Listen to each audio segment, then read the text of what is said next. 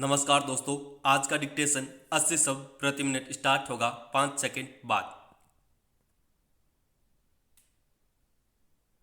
Start. महोदय, इन मार्गदर्शिकाओं की सीमा के अंतर्गत आने वाले कार्यों जिनके लिए सांसदों ने अपनी अनुशंसा दी है कि तकनीकी एवं प्रशासनिक स्वीकृति संबंधित राज्यों में सामान्य विभागीय प्रक्रियाओं के अनुरूप की जाएगी। कार्यों को जिला कलेक्टर द्वारा जिले की सरकारी एजेंसियों के माध्यम से कार्यान्वित कराया जाएगा।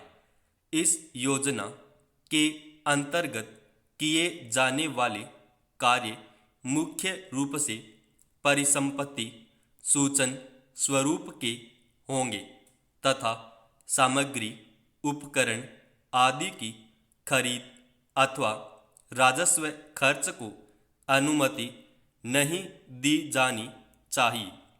कार्य इस तरह के होने चाहिए जो काम के एक अथवा दो मौसमों में पूरे हो सकते हों तथा जिनसे टिकाऊ स्वरूप की परिसंपत्तियां सृजित होती हो।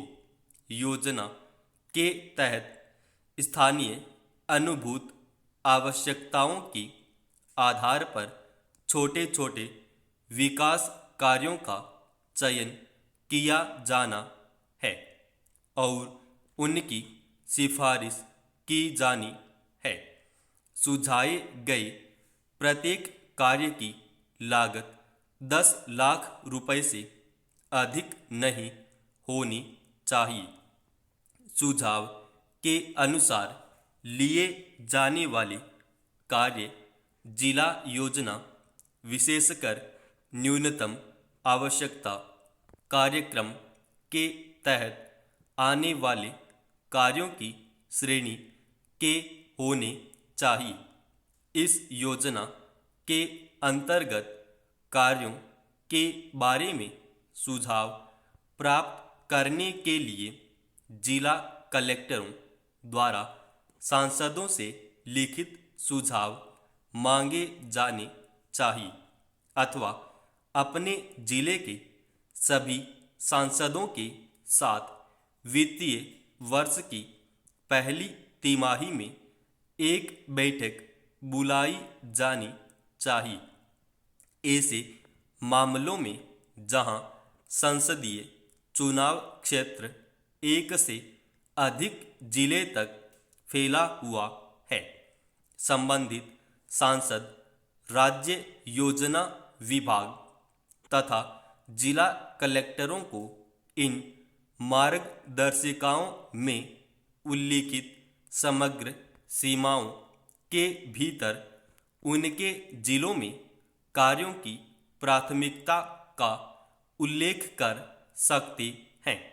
इन मार्गदर्शिकाओं के आलोक में संसद सदस्यों द्वारा सुझाए गए कार्यों की समीक्षा करने के पश्चात जिला कलेक्टरों द्वारा योजना के अंतर्गत इन्हें विचारार्थ एवं जिला योजनाओं तथा जिलों में चल रहे केंद्रीय प्रायोजित व केंद्रीय क्षेत्र कार्यक्रमों में योजना के अंतर्गत प्राथमिकता दर्शाने वाले कार्यों को सूचीबद्ध किया जाना चाहिए।